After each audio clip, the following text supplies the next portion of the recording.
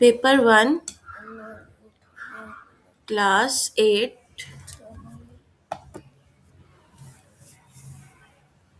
Unit 3।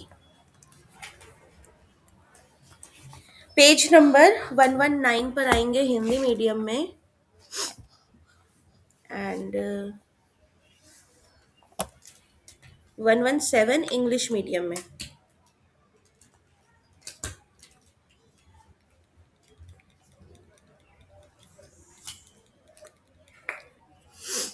Social emotional moral development.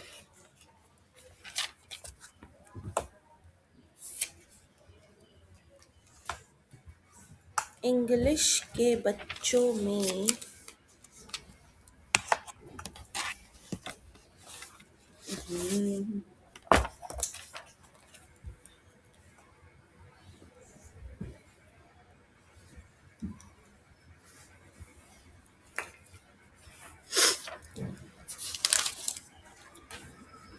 Social role theory,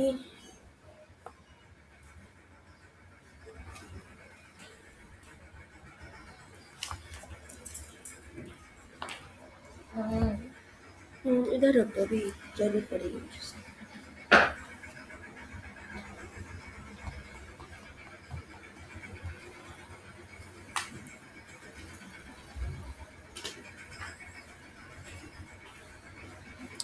इसको English से नहीं करना है, इंग्लिश से नहीं करना है अभी, इसको हिंदी की बुक से करेंगे बेटा। अभी शुरुआत के कुछ टॉपिक्स, ठीक है। इंग्लिश में बहुत वास्ट दे रखा है और किसी यूज का नहीं है वो। क्वेश्चन लिखते जाएंगे जो आपके क्वेश्चंस आते हैं इंग्लिश वाले बच्चे हिंदी की बुक से। क्वेश्चन नंबर 1 जो इसके अंदर बनता है वो है, what is gender roles, what is gender role theory, 119। ठीक है। यौन भूमिकाओं से क्या अभिप्राय है, यौन भूमिकाओं का सिद्धांत क्या है, ये पहला क्वेश्चन बनता है। इंग्लिश वाले बच्चे बुक बंद कर दो अभी अपनी, ठीक है, और यहाँ से सुनो, हिंदी मीडियम से सुनना। जेंडर देखो, अब जेंडर जो होता है, दो वर्ड्स होते हैं बेटा, एक होता है जेंडर, एक होता है सेक्स। ठीक है। दोनों के लिए ही हम एक ही शब्द यूज कर देते हैं जो कि है लिंग। बट हमारी जो सीडीपी होती है इसके अंदर एक फर्क होता है बेटा। हम जैसे आपने फॉर्म्स वगैरह में देखा होगा, तो फॉर्म्स वगैरह में आपसे जेंडर पूछा जाता है तो आप मेल या फीमेल उसमें से टिक कर देते हो। कुछ फॉर्म्स में जेंडर की जगह पे सेक्स लिखा हुआ होता है, राइट। बट जेंडर जो होता है, ये हम इसके लिए जो सही शब्द यूज करते हैं वो यौन है, एक ही वर्ड, ठीक है। और सेक्स के लिए हम लिंग वर्ड यूज करते हैं। जेंडर जो होता है बेटा, ये समाज द्वारा बनाई गई एक संरचना है, ये सोशल कंस्ट्रक्ट है, सामाजिक संरचना। ध्यान से सुनना इस चैप्टर को, इंपॉर्टेंट है ये, ठीक है। सामाजिक संरचना है। और सेक्स जो है ये बायोलॉजिकल कंस्ट्रक्ट है, बायोलॉजिकल कंस्ट्रक्ट यानी कि जैविक संरचना है।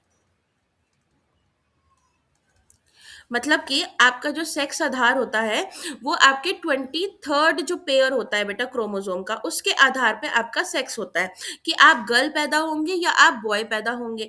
अगर आपको एक्स एक्स मिलता है तो आप गर्ल, अगर आपको एक्स वाई मिलता है तो आप बॉय पैदा होंगे। ये सेक्स होता है, यानी कि आपके रिप्रोडक्टिव ऑर्गन के आधार पर आप लड़का है या लड़की, दैट इज सेक्स। ठीक है, जो आपने जो आपको ईश्वर ने बना के भेजा है। जेंडर जो चीज है ये बेटा ईश्वर ने नहीं बनाई है, ये बनाई है समाज ने। ठीक है। इसमें जब हम आपको मेल या फीमेल बोलते हैं ना, तो मेल और फीमेल के साथ हम आपके बहुत सारे रोल्स को जोड़ देते हैं। जब मैंने आपको बोला जेंडर कि भाई जेंडर जो है लड़की, ठीक है, मैंने बोला जेंडर है फीमेल, तो वो फीमेल का मतलब ये नहीं है कि आपके पास एक्स एक्स क्रोमोसोम है। वहां पे फीमेल का मतलब ये है कि आपकी भूमिकाएं क्या है इस दुनिया में, इस समाज में एज अ फीमेल। ठीक है। तो जैसे कि अगर मैं ऑर्थोडॉक्स तरीके से बात करूं, रूढ़िवादी सोच रखकर बात करूं, तो आप एक फीमेल हैं, आपके बाल लंबे होने चाहिए। आप एक फीमेल हैं, आपको अपना शरीर पूरा ढका हुआ होना चाहिए। आप एक फीमेल हैं, तो आपकी आवाज जो है वो उसमें नमी होनी चाहिए, नर्म होनी चाहिए। आपके चलने का तरीका जो है वो धीमा होना चाहिए। आपके बात करने का तरीका जो है वो सॉफ्ट होना चाहिए। ठीक है, आपने सीना चौड़ा करके नहीं चलना है। आपने आपको खाना बनाना आना चाहिए, आपको बच्चे पालने आने चाहिए। तो ये है जेंडर। ठीक है, अगर मैं कहती हूँ कि आप मेल हैं, तो और जेंडर आपका मेल है, तो वहां पे इसका मतलब है कि आप एक मेल हैं। आपका जो चाल है वो मर्दाना होनी चाहिए। आप जो है सीना चौड़ा करके चलें, आपकी आवाज जो है वो भारी होनी चाहिए।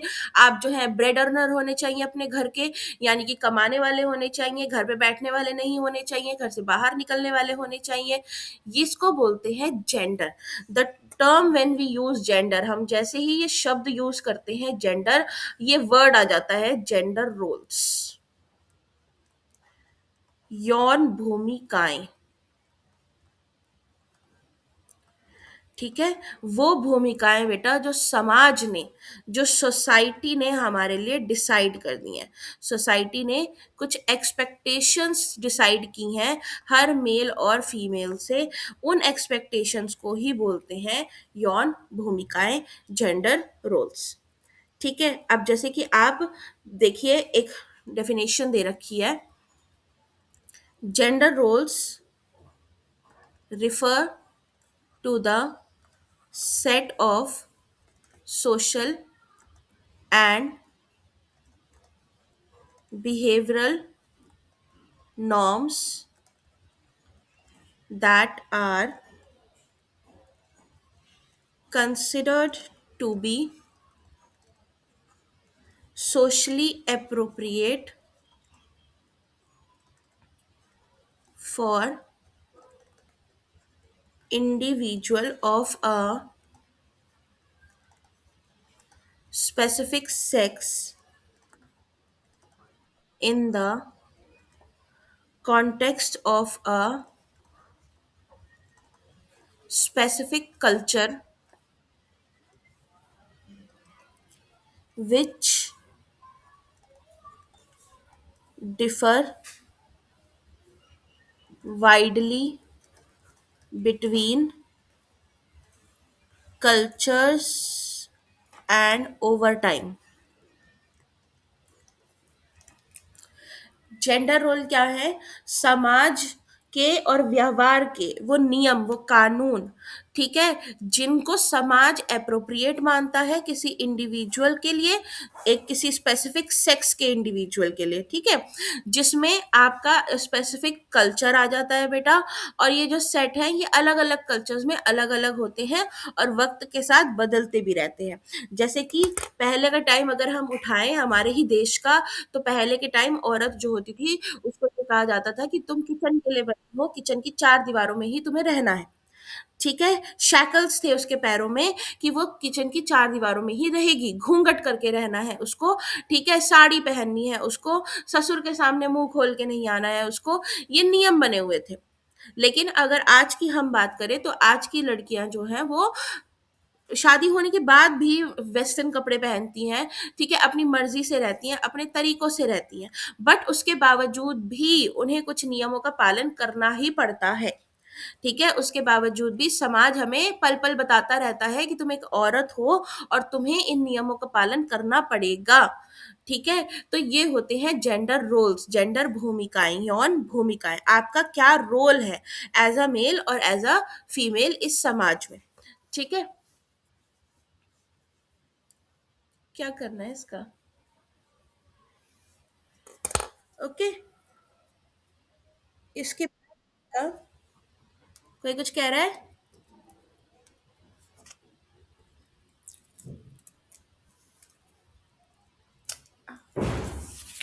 इसके बाद आपकी आती है जेंडर रोल थ्योरी।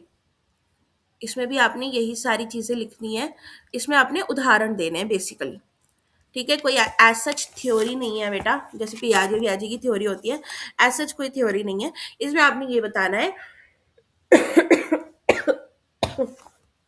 कि जेंडर रोल थ्योरी के हिसाब से जो मेल होते हैं और जो फीमेल होते हैं इनके अलग अलग रोल होते हैं। ठीक है, डिफरेंट रोल्स होते हैं इनके। तो इसमें आपने रोल्स लिख देने हैं, जैसे कि आदमी हो तो आपकी जो वॉइस है, ठीक है, वो हार्श होनी चाहिए। गर्ल हो तो आपकी जो वॉइस है वो सॉफ्ट होनी चाहिए। ठीक। वॉक करने का जो तरीका है उसमें डिफरेंस होना चाहिए, बात करने के तरीके में डिफरेंस होना चाहिए। ठीक है। और यहाँ पे आप शॉर्ट हेयर लिख सकते हो, यहाँ पे आप लॉन्ग हेयर लिख दो, यहाँ पे आप ब्रेड अर्नर लिख दो, घर में रोटी कमा के लाएगा। ठीक है। यहाँ पे आप लिख दो नर्चरिंग ऑफ चिल्ड्रन, बच्चों को पालना है। ठीक है। कुकिंग लिख दो, बनाना है, खाना बनाना है। ओके। तो यहाँ पे आपने रोल्स लिखने हैं। तो यौन भूमिका सिद्धांत के अनुसार लड़के और लड़कियां परिवार से उपयुक्त व्यवहार और दृष्टिकोण सीखते हैं। फिर इसके अंदर आपने बताना है कि बच्चे जो होते हैं, एक बच्चा है, मान लीजिए एक गर्ल चाइल्ड है और एक बॉय चाइल्ड है, तो बचपन से ही इनको जो है घर जो होता है, हमारी जो फैमिली होती है, ये इनको नियम बताना शुरू कर देती है। जैसे कि फॉर एग्जाम्पल ये लड़की है और ये एक कार के साथ खेल रही है, कार टॉय के साथ खेल रही है। ठीक है। और ये एक लड़का है, ये एक डॉल के साथ खेल रहा है। तो बचपन में ही हमें ये चीज बता दी जाएगी कि तुम लड़के हो, तुम गुड़िया के साथ क्यों खेल रहे हो, और तुम लड़की हो तो तुम गाड़ी के साथ क्यों खेल रही हो। तो ये गुड़िया जो है उठा के लड़की को दे दी जाएगी और गाड़ी जो है लड़के को दे दिया जाएगा।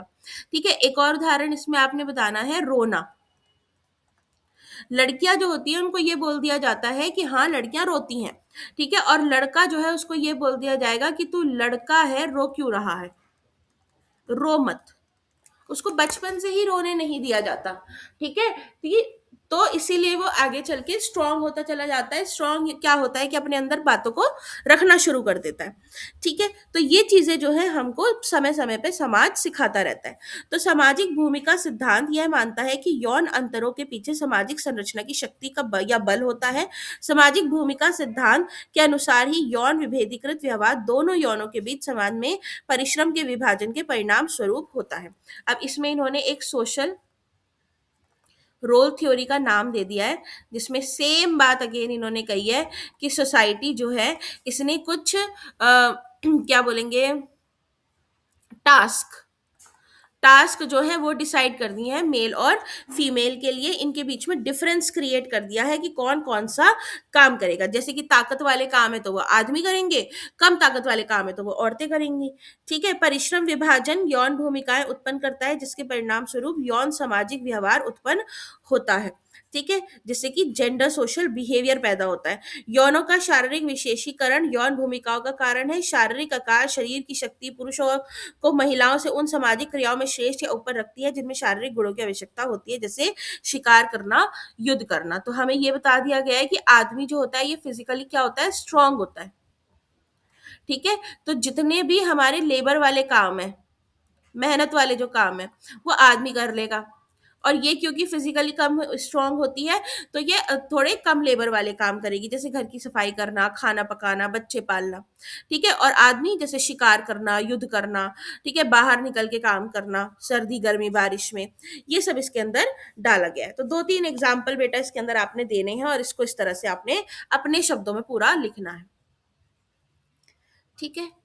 इसके बाद क्वेश्चन नंबर 2 जो आपका आएगा बेटा इसमें वो है how gender roles get discriminated. ये जो हमने भूमिकाएं पढ़ी इनमें भेदभाव क्यों है,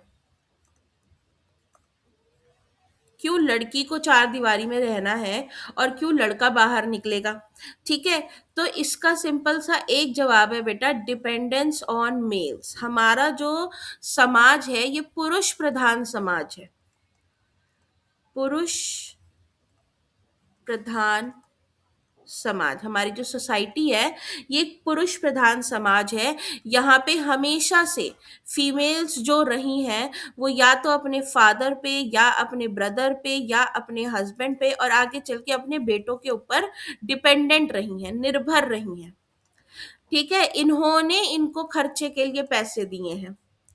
राइट। शुरुआती अगर पुराने वक्त की बात बताऊं, अब तो फिर बहुत 90% लड़कियां जो है वो निकल के काम कर रही हैं। ठीक है, तो परिवारों में विशेषकर भारत में महिलाओं को विभिन्न भूमिकाएं निभानी पड़ती हैं, जैसे पत्नी, माँ, बहन, दादी। यही महिलाओं की नियति और फेट होती है। तो हमारा जो देश है, यहाँ पे औरत को सबसे पहले यही बोल दिया जाता है कि तुम एक माँ हो, तुम एक बहन हो, तुम एक पत्नी हो, पहले ये कर्तव्य निभाओ। तो पुरुष प्रधान समाज है, मेल्स की ज्यादा चलती है, औरतों की कम चलती है। ठीक है, इसके बाद लैक ऑफ एजुकेशन, ये सबसे बड़ा कारण है हमारे पिछड़ेपन का। ठीक है, हमारे देश में, इंडिया में फीमेल्स को, बेटा महिलाओं को शिक्षा नहीं दी जाती थी। पहले के टाइम पे ये कहा जाता था कि औरत अगर घर से बाहर निकलेगी या औरत अगर पढ़ेगी लिखेगी तो उस घर का सर्वनाश हो जाएगा।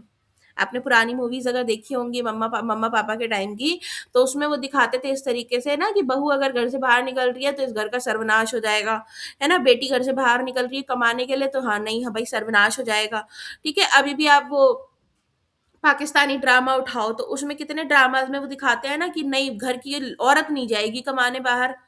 है ना, घर की औरतें नहीं निकलती हैं घर से बाहर कमाने के लिए। तो शिक्षा नहीं दी गई है उनको, जिसकी वजह से बेटा इनको इनके अधिकार ही नहीं पता।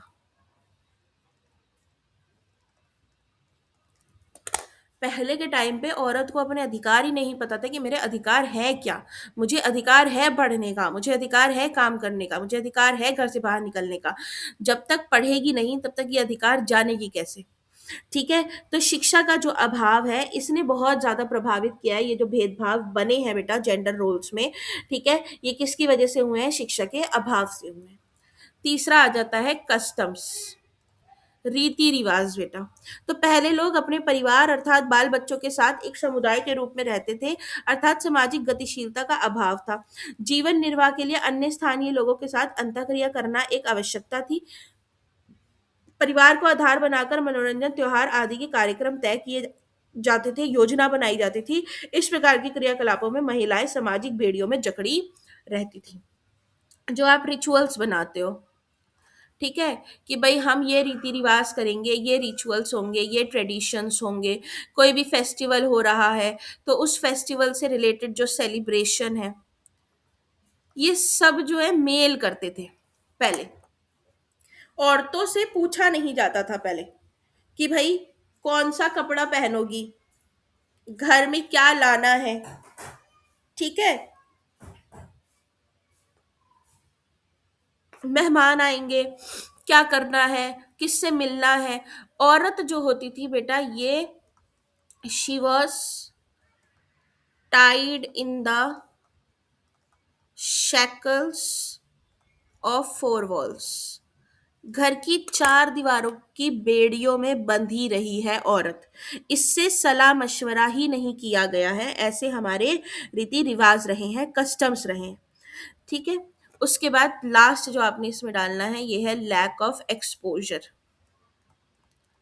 इसमें भी वही आ जाता है कि घर से बाहर इसको निकलने ही नहीं दिया है, अवसर ही नहीं दिए हैं, इतना इतना घूंघट करके उसको रख दिया है। वो अपने घर में ही नहीं देख पा रही चार लोगों की शक्लें, तो घर से बाहर क्या देखेगी वो।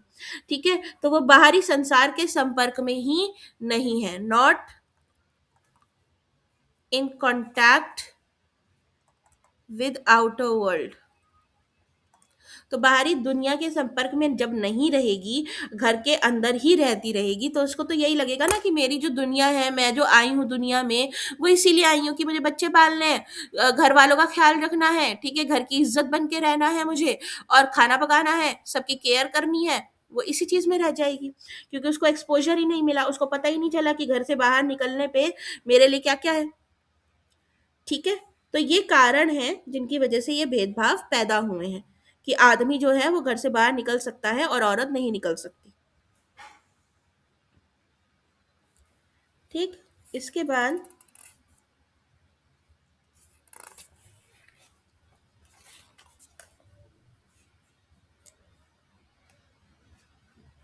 पेज नंबर 122 पे आओ। स्टीरियोटाइप, और इंग्लिश वाले बच्चे आ जाओ पेज नंबर 1 to 7 पे मिला।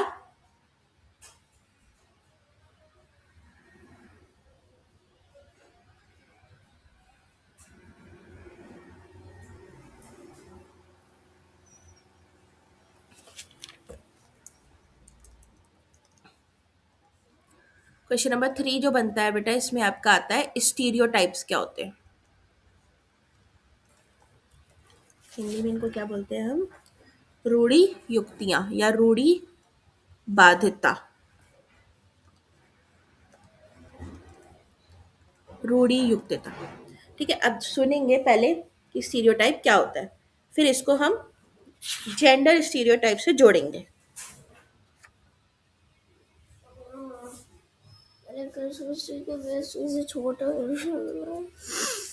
ठीक है, स्टीरियोटाइप क्या होता है बेटा? किसी पर्टिकुलर ग्रुप को लेके, पर्टिकुलर ग्रुप, ठीक है, कोई खास ग्रुप, कोई ऐसा विशेष ग्रुप आपने लिया जिसके लोगों में, उस ग्रुप के अंदर जितने भी लोग आते हैं उनके प्रति आपने एक सोच बना ली है। ठीक है, और ये जो सोच है ये पॉजिटिव भी हो सकती है और नेगेटिव भी हो सकती है।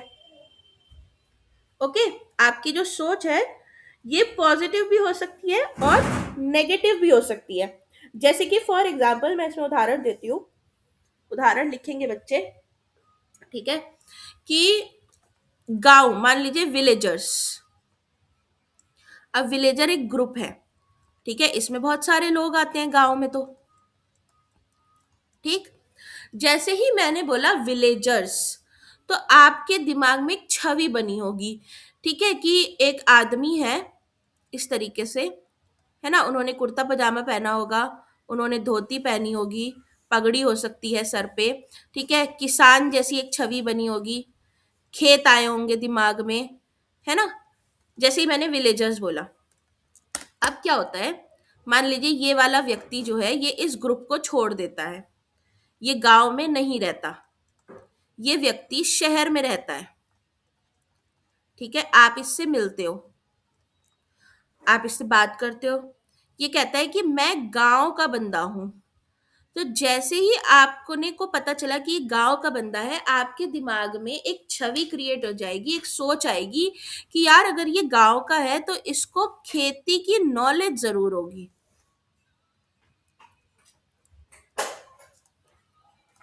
ठीक है, तो ये जो मेरे दिमाग में एक सोच बनी हुई है गांव के लोगों के लिए कि गांव का है तो इसको खेती की नॉलेज जरूर होगी, इसको बोलते हैं स्टीरियोटाइप। अब ये स्टीरियोटाइप पॉजिटिव भी हो सकता है, नेगेटिव भी हो सकता है। जैसे मान लीजिए कोई व्यक्ति पहाड़ों से आया है, पहाड़ी व्यक्ति है, रहता लेकिन वो शहर में है। ठीक है, अब मुझे पता चला ये पहाड़ी है, तो मेरे दिमाग में एक इमेज आएगी कि यार पहाड़ी है तो शांत बिहेवियर का होगा, इसका जो बर्ताव होगा वो शांत मिजाज का होगा, ठंडे दिमाग का इंसान होगा, ठीक है, सॉफ्टली बात करता होगा। एक, जैसे पंजाबी है कोई, मैंने बोला पंजाबी, किसी ने मुझे बोला मैं पंजाबी हूँ, पंजाब में नहीं रह रहा, वो कहीं और बाहर रह रहा है, फिर भी वो कहते हैं मैं पंजाबी हूँ।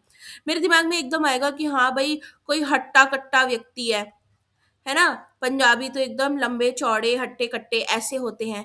तो ये जो सोच हमारे दिमागों में बनी हुई है, ये जो सोच आती है हमारे दिमागों में किसी भी पर्टिकुलर ग्रुप के व्यक्ति को लेकर, ठीक है, चाहे वो उस ग्रुप में अब हो या ना हो, लेकिन अगर वो उस ग्रुप से संबंध रखता है और कोई सोच हमारे दिमाग में उसको लेकर आ रही है, उसको बोलते हैं स्टीरियो टाइप। अब ये तो मैंने पॉजिटिव पॉजिटिव से पॉइंट आपको बता दिए।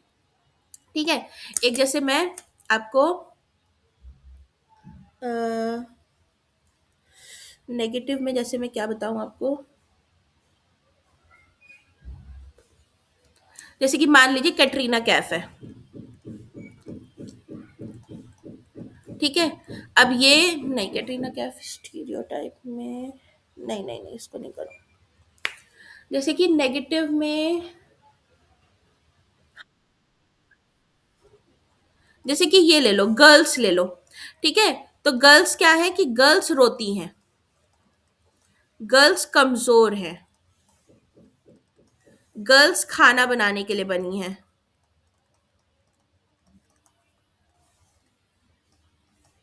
ठीक है। और एक तरफ मैं ले लेती हूँ बॉयज। बॉयज क्या है, कमाने के लिए बना है। अब मान लीजिए मैं एक लड़के से मिलती हूँ जो खाना बना रहा है अपने घर में, और मैं एक लड़की से मिलती हूँ जो पायलट है। अब भले ही मैं कितनी भी मॉडर्न रहूं, अगर मैं मान लीजिए मेरी कोई दोस्त है और उसका हस्बैंड घर पे खाना बनाता है, तो मेरा जो रिएक्शन होगा वो कैसा होगा? अरे, खाना बनाते हैं तेरे हस्बैंड? मेरा जो रिएक्शन होगा वो थोड़ा शॉकिंग होगा। वो शॉकिंग क्यों होगा? क्योंकि वो जो स्टीरियोटाइप्स हमारे दिमाग में बचपन से फिट किए गए हैं, इस सिचुएशन को देख कर कि एक लड़का खाना बना रहा है, वो सोच मेरी उसको क्या लगा है, धक्का लगा है, ठेस पहुंची है एक। ठीक है। तो जब कोई ऐसा काम करता है जो स्टीरियोटाइप के अगेंस्ट होता है, तो हमारी सोच को एक धक्का लगता है। जब मैंने सुना कि लड़की पायलट है, तो मेरा रिएक्शन आएगा ही आएगा। अरे तुम पायलट हो, अरे वाह यार। ठीक है, नॉर्मली नहीं लूंगी मैं उस चीज को, वो मेरे लिए एक नई चीज होगी, मैं कितनी भी मॉडर्न हो जाऊं। ठीक है, तो जो हमारी सोच को एक चैलेंज लगता है, एक धक्का लगता है, ठीक है, उसी सोच को बोलते हैं स्टीरियोटाइप। अब ये बंदा अगर मुझे कहे, गांव वाला, कि नहीं भाई मेरे को खेती वेती के बारे में कुछ नहीं पता, तो मेरा रिएक्शन आएगा, अरे तुम गांव के, तुम्हें खेती के बारे में नहीं पता, कुछ तो पता होगा भाई, तुमने कब अपने घर वालों को तो देखा ही होगा। तो ये जो सोच को धक्का लगता है, उसी सोच को बोलते हैं स्टीरियोटाइप। आई बात समझ इतनी? ठीक है। अब इसमें एक डेफिनेशन करेंगे। पेज नंबर 1 2 3 पे देखो, कुप्पू स्वामी की। और इन इंग्लिश वाले 1 to 8 पर देखो, कुप्पू स्वामी की। कुप्पू स्वामी, देखो क्या लिखा है। In a broad way we can define stereotypes as a false classificatory concept with strong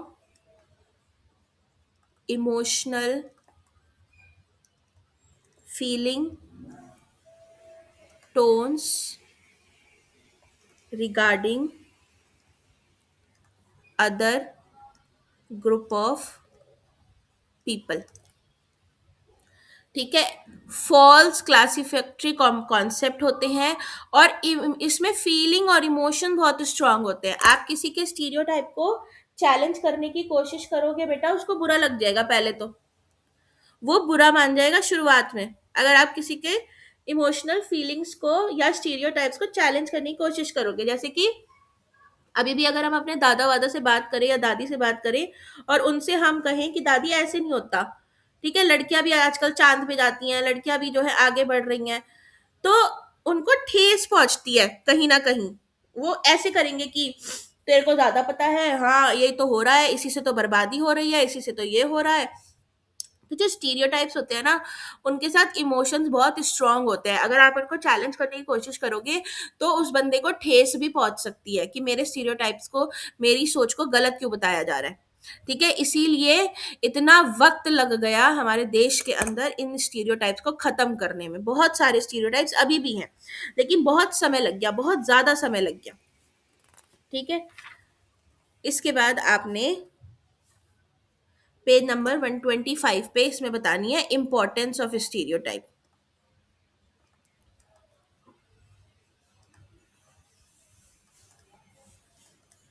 function, importance और फंक्शन। पहला बेटा, हेल्पफुल इन प्रिडिक्शन, अनुमान लगाने में मदद करता है। जैसे अभी पीछे मैंने उदाहरण दिए ना, तो उसमें हम सब क्या कर रहे थे, हम अनुमान लगा रहे थे। तो रूढ़ी युक्तियां व्यक्ति के व्यवहार के बारे में भविष्यवाणी करने में सक्षम होती है। जैसे ग्रामीण व्यक्तियों को खेती बाड़ी के बारे में अधिक ज्ञान होता है, इसी कारण वे इस कार्य में अधिक इंटरेस्ट लेते हैं। इस दृष्टि से ग्रामीण लोगों के बारे में तथा उनकी रुचि के बारे में भविष्यवाणी की जा सकती है। तो भाई विलेजर्स हैं, तो इनको एग्रीकल्चर के बारे में पता होगा, ये चीज की हम भविष्यवाणी कर सकते हैं। ठीक है, दूसरा आता है हेल्पफुल इन मेकिंग इमेजेस, छवि बनाना। रूढ़ि युक्ति व्यक्तियों की छवि बनाने में सहायता करता है।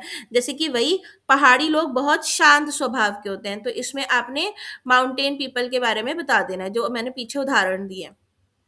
कि एक छवि बनी हुई है हमारे दिमाग में कि पहाड़ी लोग बहुत शांत स्वभाव के होते हैं, या पंजाब के लोग बहुत बहादुर और परिश्रमी होते हैं।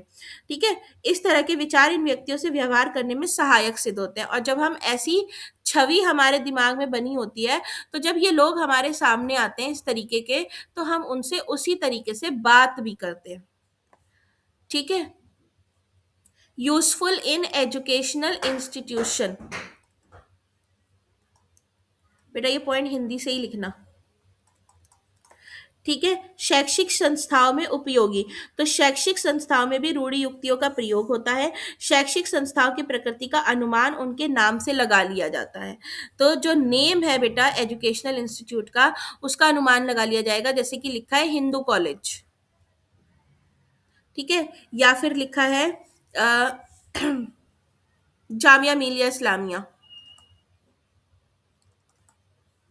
ठीक है। तो एक अनुमान लगा लिया जाएगा कि भाई यहाँ पे मुस्लिम बच्चे ज्यादा होंगे, यहाँ पे अनुमान लगा लिया जाएगा यहाँ पे हिंदू बच्चे ज्यादा होंगे, है ना। ऐसे नामों से, एजुकेशनल इंस्टीट्यूट के नामों से भी एक अनुमान लगाया जा सकता है, बट ये एक स्टीरियोटाइप है, जरूरी नहीं है ऐसा हो। ठीक। इसके बाद गाइड्स ह्यूमन बिहेवियर, मानव व्यवहार का पथ प्रदर्शन करता है। रूढ़ि युक्तियों की सहायता से मानव के व्यवहार का पथ प्रदर्शन किया जाता है। आज के युग में हर व्यक्ति के साथ संपर्क स्थापित नहीं कर पाता। व्यक्ति केवल रूढ़ि युक्तियों के आधार पर ही परिचय प्राप्त करने और उनसे व्यवहार करता है। ठीक है। अब मैंने जैसे अगर आपसे बोल दिया कि भाई ये जो लड़की है इसका व्यवहार अच्छा नहीं है, ठीक है, इससे बात मत करना, तो आप बिना उसको जाने उससे बात करना पसंद नहीं करोगे, क्योंकि आपके दिमाग में मैंने एक सोच फिट कर दी।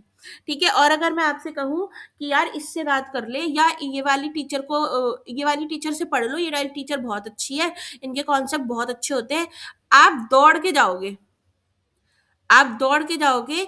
ठीक है। और बहुत ही प्यार से बात करोगे उनसे, क्योंकि ऑलरेडी आपके दिमाग में इतना एग्जैजरेट कर दिया है मैंने कि भाई हाँ ये टीचर बहुत अच्छा है और ये मेरी मदद कर देगा इस काम में, मैंने इनसे पढ़ना है, तो आप एकदम झुक झुक के बात करोगे उनसे। तो इस तरह से ह्यूमन बिहेवियर को गाइड करता है स्टीरियोटाइप जो होता है। ठीक है। इसके बाद यूज इन प्रोपेगेंडा, कोई भी प्रोपेगेंडा, कोई प्रचार करना है बेटा, जैसे कि आजकल प्रचार के माध्यम से ही सारा कारोबार होता है। मान लीजिए जैसे कि कैटरीना कैफ है, यहाँ पे देना था ये उदाहरण। ठीक है। इसने कोई फेस क्रीम यूज करवाई है, हमने इससे एक एड चलवाई है, ठीक है, जिसमें ये एक फेस क्रीम यूज कर रही है। तो कैटरीना कैफ के बहुत लोग फैन है, तो भाई वो क्या करेंगे, वो ये क्रीम जो है इसको बाय कर लेंगे, सिर्फ इस आधार पे कि कैटरीना कैफ यूज कर रही है, हम भी करेंगे, हम भी करेंगे। ठीक है। तो इस तरीके से लोग अपना कारोबार भी करते हैं स्टीरियोटाइप के तहत कि भाई कैटरीना कैफ लगा रही है, वो सुंदर है, तो हम भी सुंदर हो जाएंगे, इस तरीके से। ठीक है। क्लियर है स्टीरियोटाइप का पूरा टॉपिक। अब आ जाओ,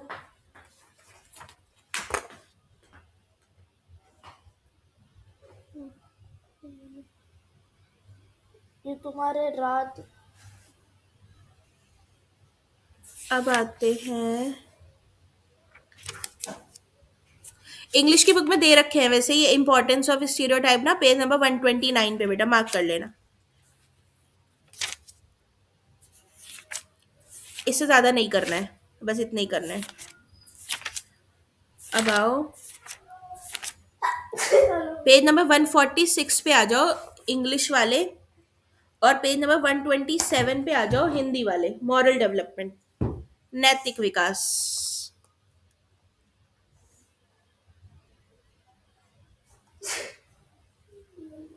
क्वेश्चन नंबर 4,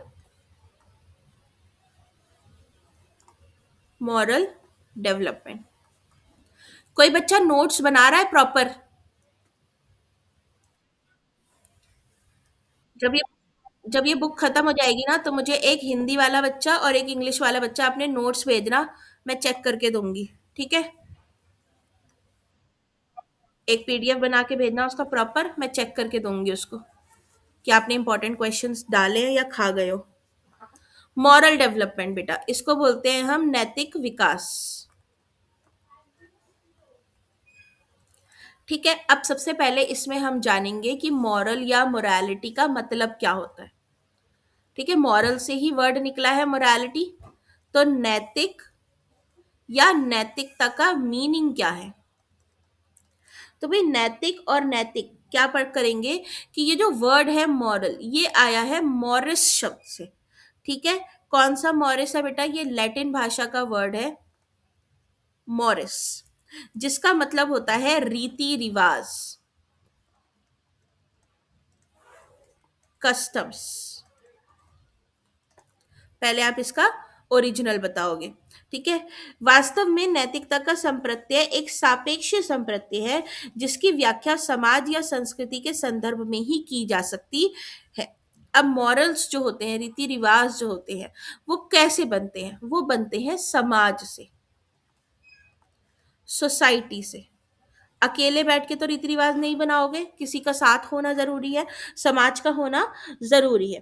ठीक है, तो मॉरल्स क्या होते हैं कि एक समाज जो होता है बेटा, ये कुछ नॉर्म्स बनाता है, रूल्स बनाता है। ठीक है, कुछ रेगुलेशंस रखता है, कानून बनाता है, लॉ लिख लो। ठीक है, कानून बनाता है ताकि जो समाज है वो सही तरीके से चल सके, और नागरिकों को इन कानून का पालन करना होता है।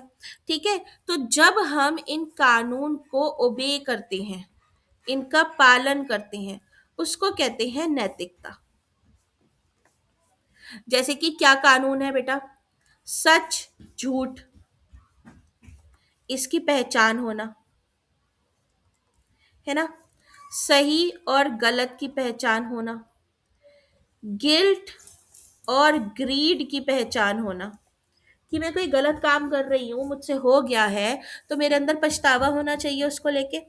और ग्रीड, किसी भी चीज को लेके मुझे लालच नहीं करना है। तीसरा, एम्पैथी या सिंपैथी,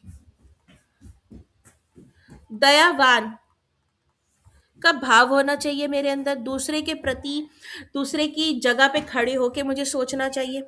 ठीक है, रिस्पेक्ट अदर्स, हेल्प अदर्स, दूसरों की रिस्पेक्ट करना, दूसरों की मदद करना, ये सारे क्या है? ये समाज द्वारा बनाए गए कानून है, नियम है, जिसे व्यक्तियों को पालन करना होता है। हम ये नहीं कह सकते कि हाँ झूठ बोलो, हम ये नहीं कह सकते कि लालच बढ़ाओ, लालच को बढ़ाओ। ठीक है, हमें इन चीजों का पालन करना ही होता है। हम जनरेशन टू जनरेशन अपने बच्चों को यही चीजें सिखाते आ रहे हैं। ठीक है, इसी को बोलते हैं बेटा मॉरल्स या मोरालिटी। जो हम कहते हैं ना कि बच्चों को इसमें मॉरल्स नहीं है, इसमें मॉरल्स नहीं है, तो वो क्या नहीं है मॉरल्स? शायद वो झूठ बोल रहा है, शायद वो गलत काम कर रहा है, वो लालची है, उसके अंदर गिल्ट नहीं है। ठीक है, या वो किसी के प्रति सिंपैथेटिक नहीं है, किसी की दर्द को समझ नहीं रहा है, तभी तो हम उसको बोलते हैं कि मॉरल्स नहीं है इसके अंदर। ठीक, तो ये होता है मॉरल या मोरालिटी। अब इसके अंदर आपका पेज नंबर, सीधे आपने आना है बेटा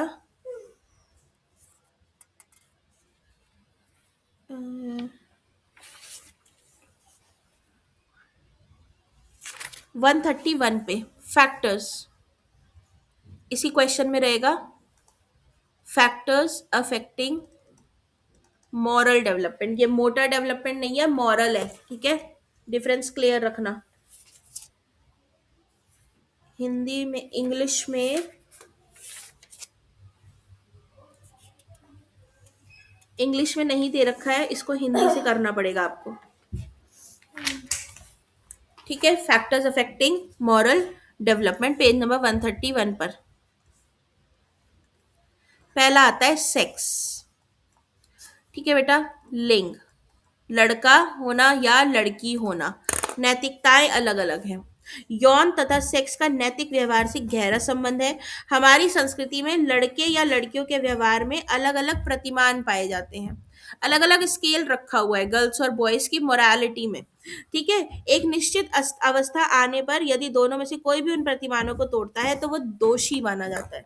जैसे कि जब किशोर अवस्था में स्पेशली आप आते हो, तो आपसे मोरालिटी की जो एक्सपेक्टेशंस होती हैं वो बहुत ज्यादा बढ़ जाती हैं।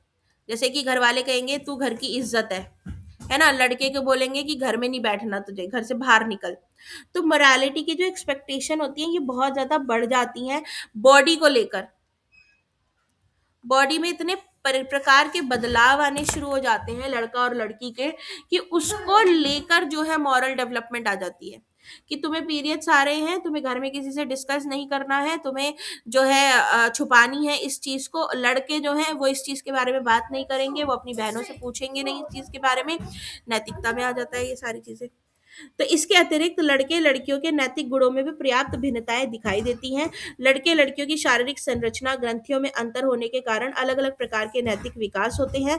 लड़कों की अपेक्षा लड़कियों में प्रत्येक आयु स्तर पर दुराचार अधिक मात्रा में, अधिक आवृत्ति में पाया जाता है। लड़कियों के साथ थोड़ा गलत बिहेवियर रहा है मोरालिटी को लेकर लड़कों के मुकाबले।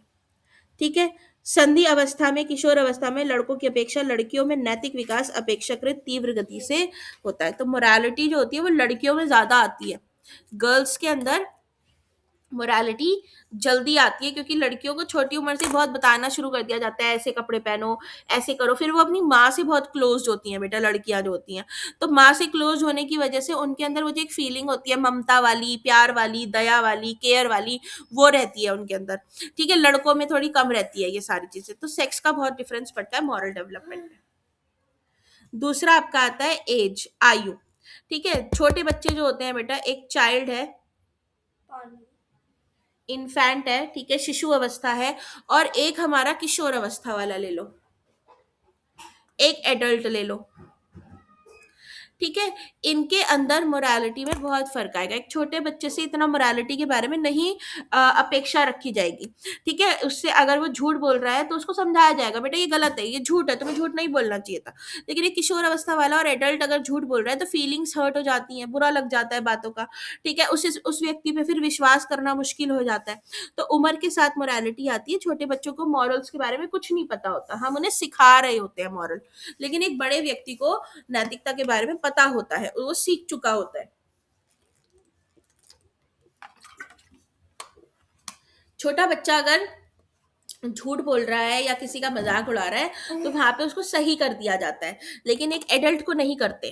ठीक है, क्योंकि उससे एक्सपेक्ट किया गया है कि तुझे मॉरल्स आते होंगे। इंटेलिजेंस,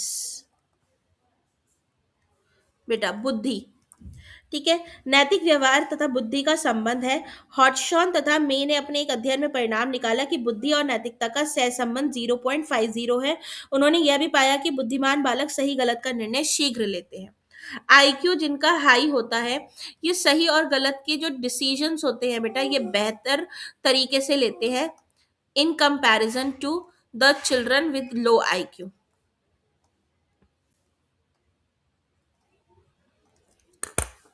ठीक है, फिर इसमें आपके पीयर ग्रुप्स आ जाते हैं, किस तरीके के दोस्त हैं बेटा आपके, खेल के साथी कैसे हैं। तो बालक के नैतिक व्यवहार पे खेल के साथियों का बहुत प्रभाव पड़ता है। आपके पीयर ग्रुप्स अच्छे हैं तो आपके अंदर टीम स्पिरिट डेवलप हो रही है। ठीक है, डिसिप्लिन आ रहा है, टॉलरेंस आ रहा है। या ऐसे दोस्त हैं जो जरा सा आउट हुए तो गाली देने पे आ गए, लड़ने पे आ गए, अपना बल्ला उठाया और घर चल दिए। तो इससे भी फर्क पड़ता है बहुत ज्यादा। परिवार से फर्क पड़ता है। फैमिली, फैमिली कैसी है, घर में फैमिली जो है यहाँ पे हमेशा कॉन्फ्लिक्ट्स रहते हैं। बच्चे हमेशा लड़ाई झगड़ा ही देख रहे हैं, पापा मम्मी को उल्टा सीधा बोल रहे हैं, मम्मी पापा को उल्टा सीधा बोल रही है, तो बच्चे भी वही सीखेंगे। ठीक है, दंड पनिशमेंट का क्या सीन है आपके घर में, बच्चों को बहुत ज्यादा पनिशमेंट किया जाता है, उनकी बातों को सुना नहीं जाता, उनके फैसलों का क्या बोलते हैं, वैल्यू नहीं दी जाती है उनके डिसीजंस को। तो इसके आधार पे भी बच्चों की नैतिकता डेवलप होती है। ठीक है, मारा पीटा जा रहा है बच्चों को। फिर आता है आपका स्कूल। स्कूल के अंदर बेटा बच्चा बहुत एक बड़े स्तर पे होता है, स्कूल का जो एरिया होता है बहुत बड़ा होता है। यहाँ पे टीचर्स कैसे हैं, उसके दोस्त कैसे हैं, बाकी के क्लासमेट कैसे हैं, ये बहुत फर्क डालते हैं। जैसे कि हम जो टीचर होते हैं ना, ये हम जाने अनजाने में ही बच्चों को बेटा बहुत मॉरल डेवलपमेंट सिखा देते हैं। इसको हम बोलते हैं हिडन करिकुलम।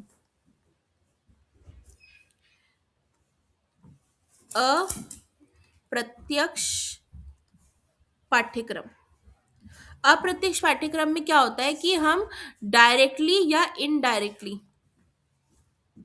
बच्चों को मॉरल्स टीच कर देते हैं। जैसे कि फॉर एग्जाम्पल, मेरी क्लास में कोई बच्चा बेहोश हो जाता है, ठीक है, तो मैं सब कुछ छोड़ के पहले उसको उठाती हूँ। ठीक, नहीं, सब सब कुछ छोड़ के पहले मैं उसका सर जो है उठाती हूँ, गोद में रखती हूँ, पानी छिड़कती हूँ, ठीक है, उसका सरवर सहलाती हूँ, फिर उसको उठाती हूँ, उसको सीट पे बिठाती हूँ, पूछती हूँ बेटा क्या हुआ। ठीक है, वो कहता है कि मैम मैं नाश्ता करके नहीं आया, तो मैं अपना लंच बॉक्स निकाल के उसको दे देती हूँ कि ये लो पहले खाना खाओ, ठीक है, और धीरे धीरे खाओ, चबा चबा के खाओ, सिप सिप करके खाओ, पानी पियो, ठीक है, और फिर हेड डाउन करके आराम करो। मैंने ये अपने बच्चों को सिखाया नहीं कि भाई ऐसी सिचुएशन आती है तो आपने ऐसा करना है। मेरे सामने एक परिस्थिति आई और मैंने उसमें ऐसे बिहेव किया, बच्चों ने देखा और बच्चों ने उस चीज को जाने अनजाने में सीख लिया। अब बाद में कभी इन फ्यूचर उनके सामने ऐसी परिस्थिति आती है तो वो इसी तरीके से बिहेव करेंगे। ठीक है, क्लास में कोई बच्चा लंच नहीं लाया और वो बैठा हुआ है चुपचाप, और मैंने अपना लंच उठा के उसको दे दिया, बेटा कि आओ मेरे में से खा लो। तो बच्चों को भी ये चीज दिखती है कि हाँ मैम शेयर कर रही है तो हम भी शेयर कर सकते हैं, तो वो बच्चे अपना लंच उसके साथ शेयर करते हैं। तो स्कूल से हम बहुत सारे जो मॉरल्स होते हैं, मोरालिटी होती है, वो सीखते हैं। मेजरली हम स्कूल से ही सीखते हैं क्योंकि स्कूल के अंदर जो एरिया होता है बेटा वो हमें बड़ा मिलता है। ठीक है, फिर धर्म आता है। इसका भी बहुत बड़ा रोल है नैतिकता सिखाने में, क्योंकि धर्म ही हमें सही और गलत की पहचान कराता है बेटा।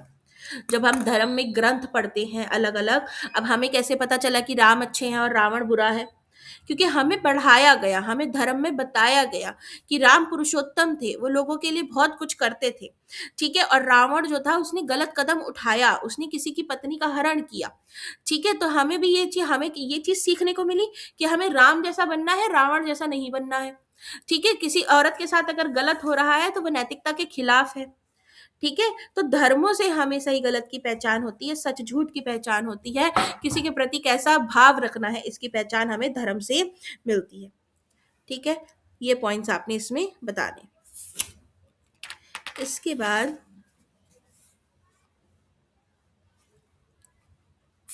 आपने आना है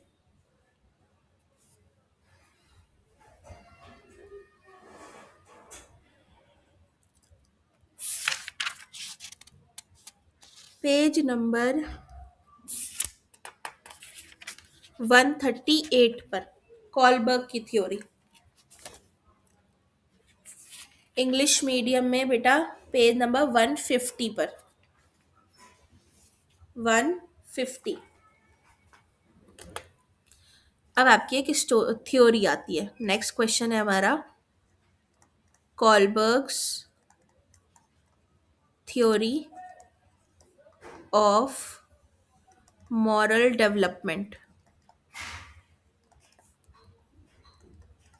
कॉलबर्ग का नैतिकता का सिद्धांत। ठीक है, मॉरल डेवलपमेंट की जो थ्योरी दी है बेटा, इसमें लॉरेंस कॉलबर्ग का नाम आता है।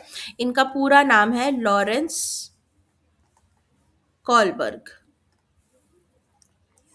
ठीक है, इसमें नोट्स बनाना जैसे जैसे बताऊंगी, क्योंकि हर एक चीज़ नहीं लिखनी है आपने इसमें, अपनी बुक से कंफ्यूज हो जाओगे। जैसे जैसे मैं बताऊंगी वैसे वैसे लिखते जाना।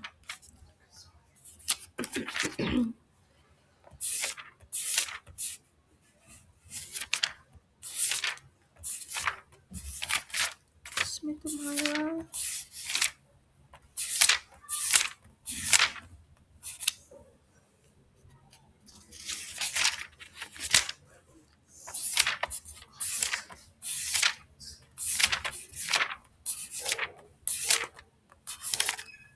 स्टोरीज है इसमें हमारी बहुत सारी। चलो, कहानी लिखेंगे पहले। कहाँ गया?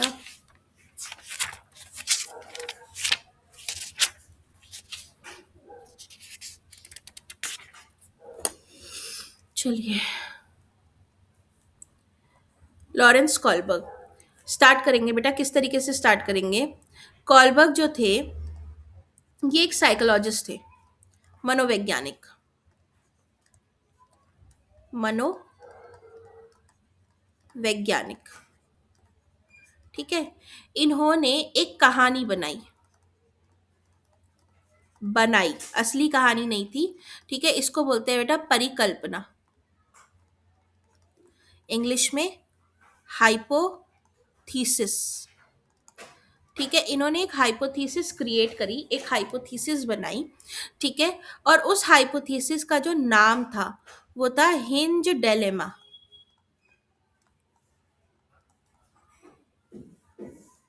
हिंदी में लिखेंगे हिंज की दुविधा, ठीक है। हिंज डेलेमा, हिंज की दुविधा। एक अभी कहानी बताऊंगी मैं, कहानी भी लिखनी है। ये कहानी इन्होंने, हिंज डेलेमा जो कहानी थी, ये इन्होंने सिर्फ बॉयज को सुनाई,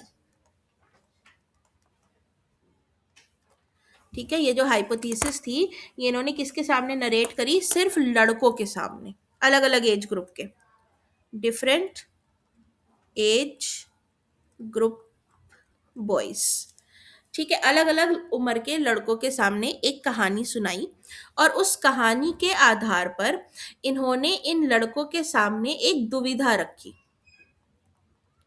दुविधा क्या होता है बेटा? जब आपके सामने दो रास्ते होते हैं और आपको उन दो रास्तों में से एक रास्ता चुनना होता है, ठीक है। तो जब तक आप सोच रहे हो कि ये चुनूं या ये चुनूं, उसको बोलते हैं दुविधा, उस सिचुएशन को। तो इन्होंने लड़कों के सामने एक दुविधा रखी और उस दुविधा के आधार पर इनसे सवाल पूछे, ठीक है।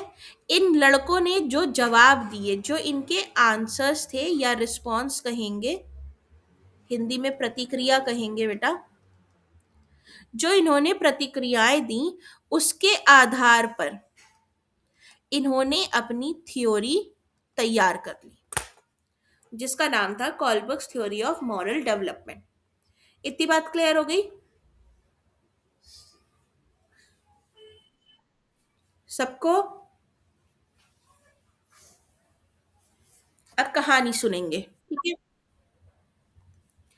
कहानी, कहानी का नाम है हिंज डेलेमा, हिंज की दुविधा, ठीक है।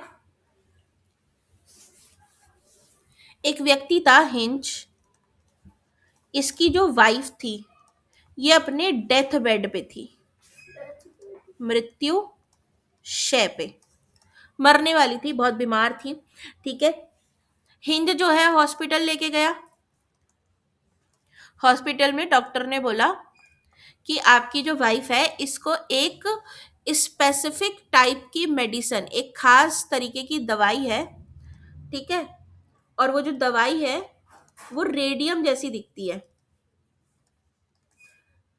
ठीक है, वो ही बचा सकती है। हिंद ने पूछा कहाँ मिलेगी?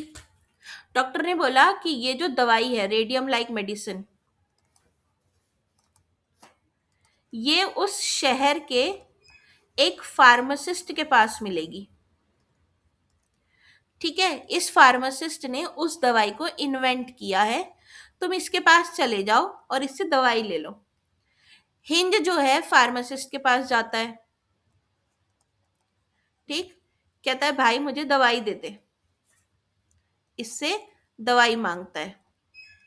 फार्मासिस्ट कहता है कि मुझे इस दवाई के प्राइस का 10 गुना दाम दो,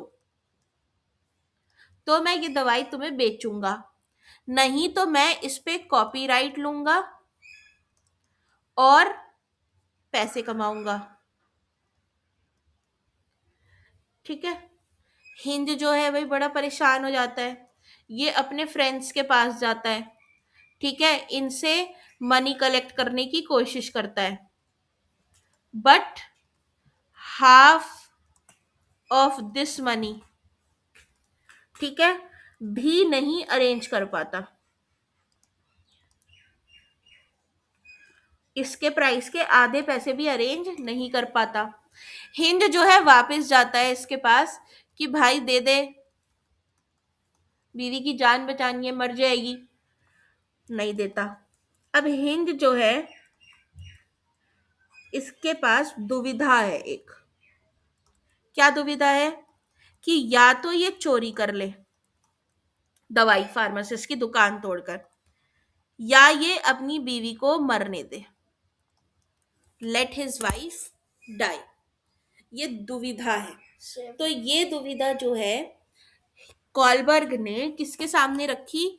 इस दुविधा को रखा लड़कों के सामने, ठीक है। और उसने लड़कों से सवाल पूछा कि हिंज ने के सामने एक दुविधा आई, चोरी और या वाइफ को मरने दे, और उसने कहा कि हिंज जो है इसने चोरी को चुना। बताओ, क्या ये चोरी करना हिंज का सही था या गलत था? हिंद ने क्या चुना? चोरी करना। हिंद ने क्या किया? फार्मासिस्ट की दुकान तोड़ दी और दवाई चुरा ली और अपनी बीवी को बचा लिया। बाद में वो जेल वेल गया, वो अलग बात है, ठीक है। ये हाइपोथेसिस है, मनगढ़ंत कहानी है, असली में तो ऐसा कुछ हुआ नहीं था, ठीक। तो उसने चोरी करी और दवाई चुरा के अपनी बीवी को बचा लिया। अब ये बात इन्होंने, अब ये जो हिंद ने फैसला लिया, एक रास्ते को चुन लेना, उसको बोलते हैं रीजनिंग, तर्क करना, ठीक है, चयन करना। तो उसने एक रास्ता चुन लिया। इस आधार पे कॉलबर्ग ने लड़कों से पूछा, बताओ उसने सही किया या गलत किया। अब अलग अलग उम्र के लड़के थे, तो उन्होंने अलग अलग जवाब दिए। किसी ने बोला गलत किया, चोरी करना पाप है, चोरी नहीं करनी चाहिए। किसी ने बोला अच्छा किया उसने, इंसानियत को बचाया है उसने, एक इंसान के जीवन की अहमियत ज्यादा है चोरी से, तो उसने एक इंसान को बचाया है, ठीक है। किसी ने कोई जवाब दिया, किसी ने बोला कि नहीं उसने गलत किया, उसको पुलिस के हवाले कर दो। तो सबके जो जवाब थे वो अलग अलग थे। उसके आधार पे कॉलबर्ग ने एक थ्योरी दी है बेटा, जिसमें हमारी अलग अलग लेवल और स्टेजेस आती हैं। कहानी क्लियर है? ठीक है। अब आएंगे थ्योरी पर, ठीक है।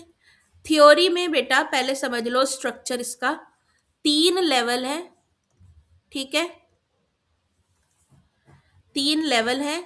हर लेवल में दो दो स्टेजेस हैं। लेवल यानी स्तर, स्टेजेस यानी अवस्था, ठीक है। स्टेज 1, स्टेज 2, इसको स्टेज 3 बोलते हैं, स्टेज 4, स्टेज 5, स्टेज 6। जो नंबर मैंने लिखा है वही नंबर लिखना है।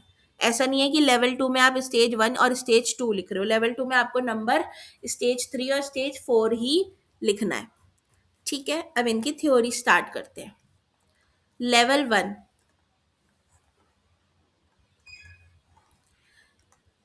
प्री कन्वेंशनल थ्योरी, पूर्व पारंपरिक, नहीं थ्योरी नहीं बोलेंगे, लेवल, स्तर। पूर्व पारंपरिक स्तर जो होता है बेटा, इसके अंदर बच्चा जो होता है, child, does not know what morals are. बच्चे को नैतिकता के बारे में कुछ नहीं पता, ठीक है। ये जो बच्चे होते हैं ये तुम्हारे 0 से 9 साल के ले लो, ठीक है। 1 मिनट रुकना, जावी इधर आना।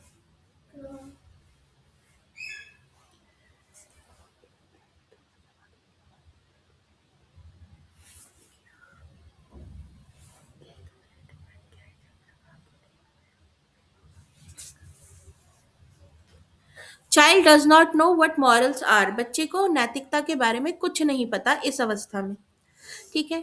इसको विभाजित किया 2 स्टेजेस में। स्टेज 1, जिसको हम बोलते हैं पनिशमेंट,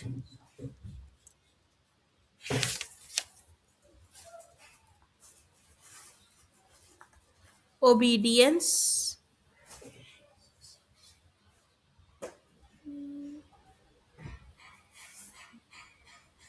पनिशमेंट, ओबीडियंस,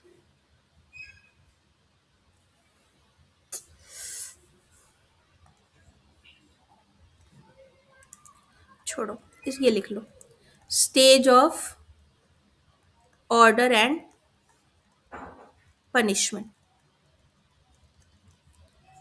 दंड एवं आज्ञा की अवस्था। ठीक है, दंड एवं आज्ञा की अवस्था। बहुत सिंपल सी स्टेज है बेटा। इसमें आपने ये लिखना है कि ये जो वस्तु, इसको डाल देना, ये 0 से 9 है ना, तो इसको डाल देना 0 से 4। बहुत छोटे बच्चे हैं, इन बच्चों को ये लगता है कि अगर if I obey my elders then I can avoid punishment, यानी दंड से बचने के लिए कहना मानता है।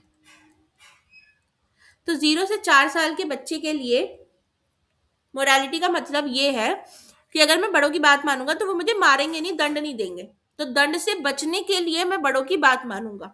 ठीक है, जैसे फॉर एग्जाम्पल वो होमवर्क इसलिए कर रहा है ताकि कल को टीचर जो है उसको पनिश ना करे। ठीक, वो खाना इसलिए फिनिश कर रहा है कि मम्मा उसको डांटे ना। तो पहली जो स्टेज है सिंपल सी है, पनिशमेंट ओबीडियंस बोलते हैं इसको, कि पनिशमेंट से बचने के लिए बच्चा ओबे करता है आपको। उसके लिए मोरालिटी का मतलब ये है कि मुझे पनिशमेंट से बचना है। क्लियर है? इसको बुक से मत करना, बुक से समझ नहीं आता, बच्चे कंफ्यूज हो जाते हैं। Stage 2, stage of ego exchange. ठीक है, लेन देन की अवस्था। इस स्टेज में बच्चों के लिए मोरालिटी का मतलब क्या होता है? If the task is beneficial for me then I do. मेरा क्या फायदा है इसमें? ये बच्चा कहता है कि अगर आप मुझसे कोई काम करवाना चाहती हो तो मेरे पहले ये बताओ मेरा क्या फायदा है इसमें। फॉर एग्जाम्पल कि मम्मी ने बोला जाके दाल ले आ दुकान पे से। ठीक है, तो ये दाल लेकर आएगा जब आप इसको ये भी बोलोगे कि ठीक है उसमें से 5 रुपए तू अपने चिप्स के लिए ले लियो। तो ये फायदा देखता है, लेन देन वाली बात करता है कि अगर कोई काम करवाना है तो बताओ क्या दोगी क्या बदले में। ठीक है, अपने दोस्त को ये कह रहा है, इसका दोस्त कह रहा है, फ्रेंड जो है वो कह रहा है कि मेरे को अपनी पेंसिल दे दे। ठीक है, या कह रहा है, इसका फ्रेंड जो है कह रहा है कि यार चीटिंग करा दे, मेरे को पेपर दिखा दे। तो ये क्या कहेगा कि पहले तू दिखा। ठीक है, पहले तू मुझे जवाब बता फिर मैं तुझे बताऊंगा। तो इसमें आप 4 से 9 साल के बच्चों को डालना। ये जो बस बच्चे होते हैं बेटा बड़े मतलबी होते हैं, ये अपना फायदा देखते हैं। इनके लिए मोरालिटी का मतलब क्या है कि भाई 2 रुपए दोगी तो करूंगा तुम्हारा ये काम। ठीक है, मेरे को कार्टून देखने दोगी 1 घंटा तो मैं करूंगा। बदला मांगते हैं हर चीज में। ठीक है, फर्स्ट आऊंगा, क्या दोगी बदले में? इसको बोलते हैं स्टेज ऑफ ईगो एक्सचेंज, लेन देन की अवस्था। क्लियर है? ये लेवल 1 हो गई आपकी कंप्लीट। ठीक है बेटा, अब आओ लेवल 2 पे, कन्वेंशनल लेवल। देखो ये क्या आती है, प्री कन्वेंशनल। प्री मतलब, कन्वेंशनल का मतलब क्या होता है बेटा? मोरालिटी। तो नैतिकता आने से पहले की लेवल थी ये, अब ये कन्वेंशनल है, यानी इसके अंदर नैतिकता आ गई। पारंपरिक स्तर, इसको आप लिखना 10 से 20 साल। ठीक है, इसके अंदर child knows what morals are on the basis of what majority follows। ठीक है, मेजॉरिटी जिसको नैतिकता कहेगी, बच्चे के लिए भी वही नैतिकता है। जैसे कि हम मेजॉरिटी क्या कहती है कि सच बोलो, है ना, झूठ मत बोलो। तो इस बच्चे के लिए सच जो है बोलना जरूरी है। ये नैतिकता को बिल्कुल नैतिकता की ही तरह मानता है। ठीक है, जो मॉरल्स हैं उन्हीं को मानेगा बिल्कुल। इसके अंदर आता है स्टेज नंबर 4, इसको बोलते हैं स्टेज ऑफ एप्रिसिएशन। एप्रिसिएशन, या फिर बेटा इसको गुड गर्ल गुड बॉय की स्टेज भी बोलते हैं। ठीक है, प्रशंसा की अवस्था या अच्छा लड़का अच्छी लड़की की अवस्था।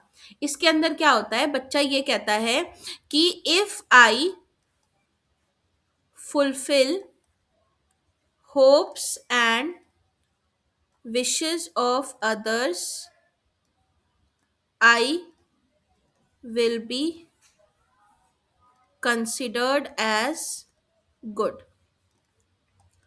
दूसरों की आशाओं और इच्छाओं को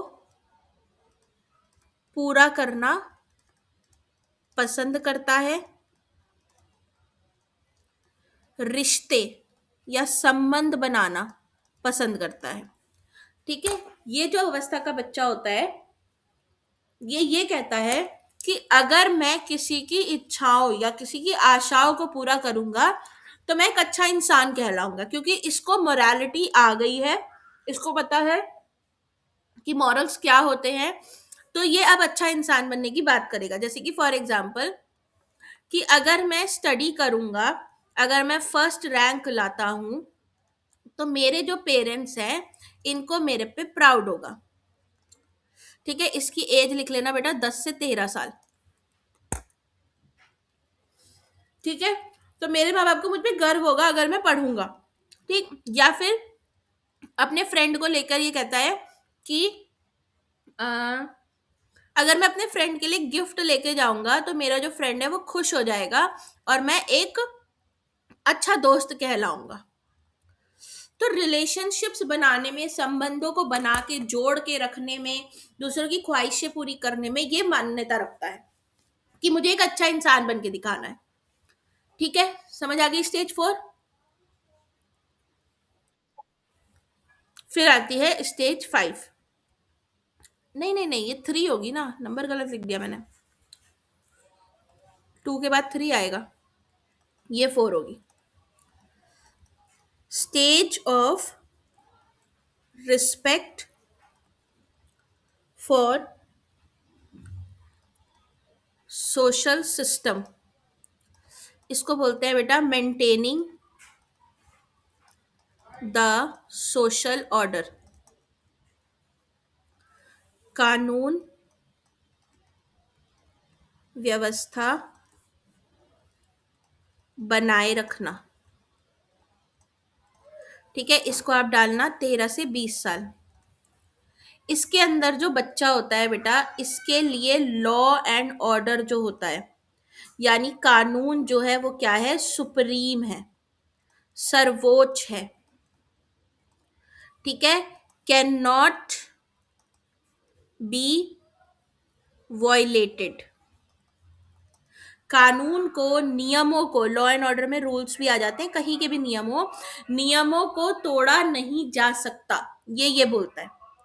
ठीक है, किसी भी हाल में तोड़ा नहीं जा सकता। फॉलो करना ही करना है।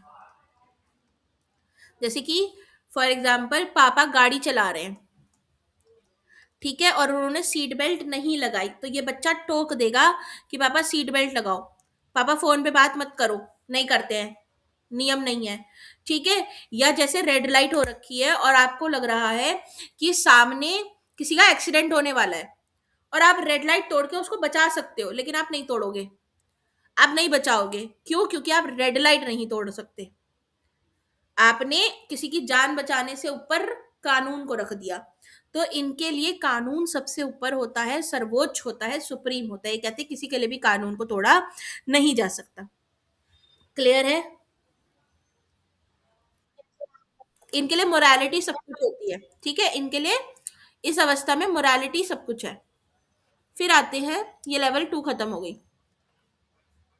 Level 3, post conventional. पोस्ट मतलब बाद में, मतलब मोरालिटी आ गई है, सीख ली मोरालिटी, इसके बाद क्या होता है?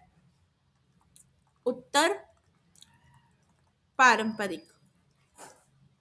इसमें बेटा 20+ वालों को डालना, ठीक है। Person follows morals according to individuals principle, ठीक है, बड़ा हो गया है, इसको पता है मोरालिटी क्या होती है, सच झूठ बोलना है, क्या करना क्या नहीं, बट ये फिर भी अपने हिसाब से, अपने सिद्धांतों के आधार पे फैसला लेता है। जैसे फॉर एग्जांपल पापा घर पे बैठे होते हैं और किसी का फोन आता है, तो कहते हैं कि अरे भाई साहब अभी तो मैं साइट पर हूँ, बाहर हूँ, बाद में बात करता हूँ, घर पे बैठे हुए हैं। अब वो पापा को ही पता है ना वो ऐसा क्यों बोल रहे हैं, हमें ऐसा लगता है, जैसे मुझे याद है कि मैं छोटी थी तो मेरे को लगता था कि यार पापा घर पे ही तो बैठे हुए हैं, खाना ही तो खा रहे हैं, फिर क्यों फोन पे झूठ बोल रहे हैं। बट वो पापा को पता होगा ना कि वो क्यों बोल रहे हैं, हो सकता है कि वो ना मिलना चाह रहे हो उस व्यक्ति से, कुछ ऐसी चीज हो कि उनको झूठ बोलना पड़ रहा है जरूरत के हिसाब से, ठीक है। तो इसमें पर्सन जो है मोरालिटी को अपने इंडिविजुअल प्रिंसिपल के हिसाब से फॉलो करता है। इसमें आएगी stage 5, stage of social contract, सामाजिक समझौता के अवस्था। इसको करना 20 से 30 साल, ठीक है। इसके अंदर क्या होता है बेटा, पर्सन कहता है कि लॉज कैन बी वॉयलेटेड, नहीं वॉयलेटेड यहाँ पे गलत वर्ड हो जाएगा, वॉयलेटेड तो लॉज,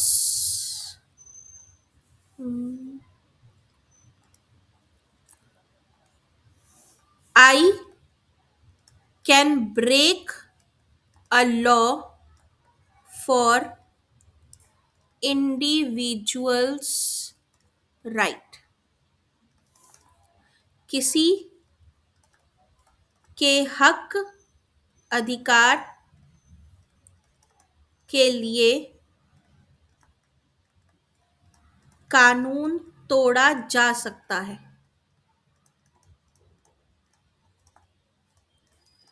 ठीक है। जैसे फॉर एग्जाम्पल वही वाला उदाहरण इसमें आप दे सकते हैं कि आप रेड लाइट पर खड़े हुए हैं, ठीक है, ट्रैफिक लाइट पे आप खड़े हुए हैं और आप देख रहे हैं कि रोड के उस पार एक एक्सीडेंट होने वाला है, ठीक है, और आप इसको तोड़कर उस व्यक्ति को बचा सकते हैं, ठीक है। तो इस व्यक्ति को बचाने के लिए आपने कानून तोड़ दिया, इसको कहते हैं सामाजिक समझौता, कि आप समाज के नियम और कानून के साथ समझौता करते हैं कि जहां पे किसी के अधिकार की बात आ रही है वहां पे मैं कानून तोड़ दूंगा, ठीक। जैसे फॉर एग्जाम्पल किसी के साथ गलत हो रहा है, तो वहां पे अगर आपको लग रहा है कि भाई यहाँ पे मारने की जरूरत है, पीटने की जरूरत है, तो मैं पीट दूंगा, है ना। जैसे एक भाई है एक बहन है और किसी की बहन को छेड़ दिया है किसी ने, तो भाई वहां पे उसको पीट दे रहा है, तो ये क्या है, सामाजिक समझौता, कि मैं अपनी बहन के अधिकार के लिए मैंने अपने उस आदमी को या उस लड़के को जिसने मेरी बहन को छेड़ा मैंने उसको पीट दिया, तो किसी के अधिकार के लिए कानून तोड़ा जा सकता है। तो 20 से 30 साल की उम्र वाले जो लोग होते हैं वो ये सोचते हैं कि किसी के अधिकार के लिए हम कानून को तोड़ सकते हैं, कानून सर्वोपरि नहीं है। कानून बनाओ लेकिन जरूरत पड़ने पे तोड़ सकते हो। ठीक है, क्लियर है। लास्ट आती है स्टेज ऑफ कंसाइंस। इसको हम बोलते हैं यूनिवर्सल एथिकल प्रिंसिपल, विवेक की अवस्था, या बेटा इसको बोलेंगे सार्वभौमिक नैतिकता का सिद्धांत। इसको 30+ वाले में ले लेना। ठीक है, इसमें क्या होता है कि जो व्यक्ति होता है वो ये कहता है कि जो मेरे सिद्धांत हैं, इंडिविजुअल्स प्रिंसिपल, जो यूनिवर्सल भी हैं, इनको दुनिया भी मानती है, और किसी इंडिविजुअल का सिद्धांत है तो है, ठीक है, वो उसके आधार पर डिसीजन लेगा। जैसे फॉर एग्जाम्पल एक व्यक्ति है और इसका प्रिंसिपल है कि चीटिंग नहीं करनी, तो अब इसके सामने इसका फ्रेंड हो, रिलेटिव हो या दुश्मन हो, ये किसी को भी चीटिंग नहीं करने देगा। ये सिद्धांत है। ठीक है, कि मैं अपने, मेरी जो अंतर आत्मा है वो क्या कहती है उसके आधार पे फैसला लूंगा।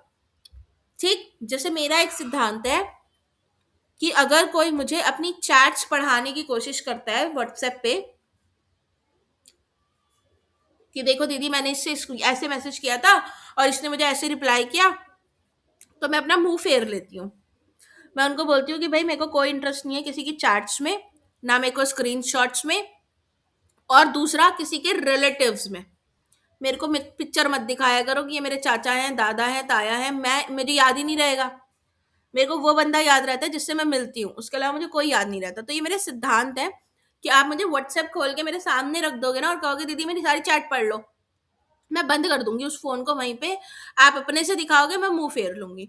ठीक है, तो ये इंडिविजुअल के प्रिंसिपल के हिसाब से कि मेरी अंतरात्मा मुझे अलाउ ही नहीं करती कि मैं किसी भी कीमत पे किसी की चैट पढ़ूं। ठीक, तो ये डिसीजंस मैंने अपनी अंतरात्मा के आधार पे लिया है, मेरे कंसाइंस पे लिया है। क्लियर है? पूरी थ्योरी क्लियर है? अब बेटा लास्ट में इनका लिखना है क्रिटिसिज्म, आलोचना। कॉलबर्ग की आलोचना हुई, लोगों ने इन्हें बुरा भला कहा। क्यों कहा? पहला ये था कि इनकी जो थ्योरी थी बेटा, इसमें फेमिनिस्टिक अप्रोच नहीं था। मतलब कि इन्होंने बोला, लोगों ने, कि आपने सिर्फ आदमियों से ही सवाल पूछे, औरतों से तो पूछे ही नहीं, तो आपकी थ्योरी में नारीवादी दृष्टिकोण तो है ही नहीं। ठीक है, इन्होंने सिर्फ और सिर्फ लड़कों से क्वेश्चन पूछा था, क्योंकि कॉलबर्ग का एक लाइन था बेटा, ये कहते थे all men are people, all people are men. ठीक है, ये इनकी लाइन थी कि आदमी ही सारे लोग हैं और लोग ही तो आदमी हैं, आदमियों से पूछ लिया, सब लोग से पूछ लिया। ये इनकी सोच थी। ठीक है, तो इस आधार पे इनको बहुत आलोचना हुई कि आपका जो थ्योरी है ये सारे कल्चर्स पर एप्लीकेबल नहीं है। सारे कल्चर यानी कि आदमियों से आपने पूछा, ठीक है, लेकिन औरतों का क्या? ये जो रिस्पॉन्स आए, ये जो थ्योरी बनाई, ये तो आदमियों के आधार पे बना दिया आपने, औरतों की तो बात सुनी नहीं आपने, तो ये हर कल्चर पे एप्लीकेबल नहीं है आपकी थ्योरी। ठीक है, एक क्या दिया कि आपने हाइपोथेसिस के आधार पर थ्योरी बनाई है। ठीक है, आपकी जो थ्योरी है वो क्या बोलते हैं, एविडेंट नहीं है, यानी सच नहीं है।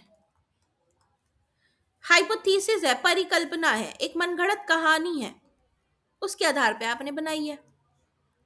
ठीक है, ये इनकी आलोचना हुई थी इस तरीके से। ठीक, इसके बाद इनके दो टर्म्स आते हैं बेटा, वो आपने डालने हैं। एक की इन्होंने दो टर्म्स दिए, मॉरल डिलेमा, नैतिक दुविधा, और दूसरा दिया इन्होंने मॉरल रीजनिंग, नैतिक तर्क। ठीक है, डिलेमा का मतलब होता है when you have to choose between two path. नहीं, यू हैव टू मत लिखो, यहां पे लिखो when you are in the process of choosing between two path. जब आप दो में से एक पथ चुनने की प्रक्रिया में हो, प्रक्रिया में यानी अभी आपने चुना नहीं है, आप बीच में हैं, इस तरीके से आपके पास दो रास्ते हैं और अभी आपने चुनना है। ठीक है, और रीजनिंग होती है when you have chosen the path. ठीक है, जब आपने चयन कर लिया उसको बोलते हैं रीजनिंग, कि भाई दो रास्ते थे, ठीक है, और इसमें से ये वाला आपने चुन लिया, इसको बोलते हैं मॉरल रीजनिंग।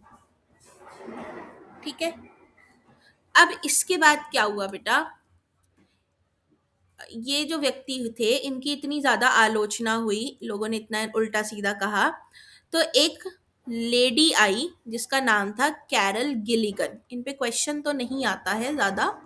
ठीक है, कैरल गिलिगन कौन थी? कैरल गिलिगन बेटा ये कॉलबर्ग की स्टूडेंट थी।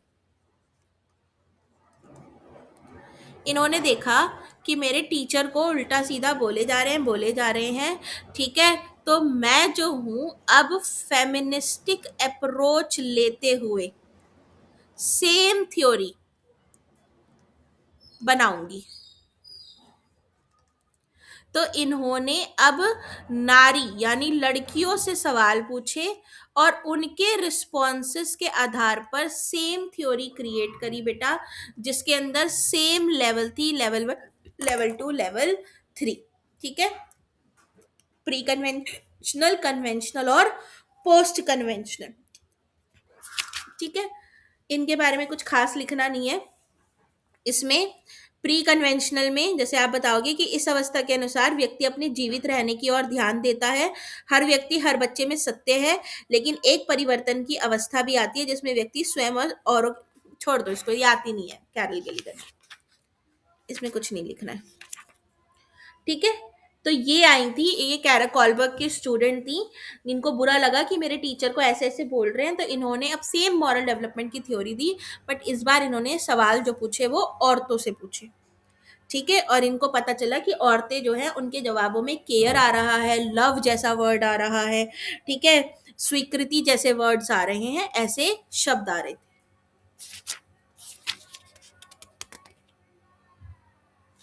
क्लियर है?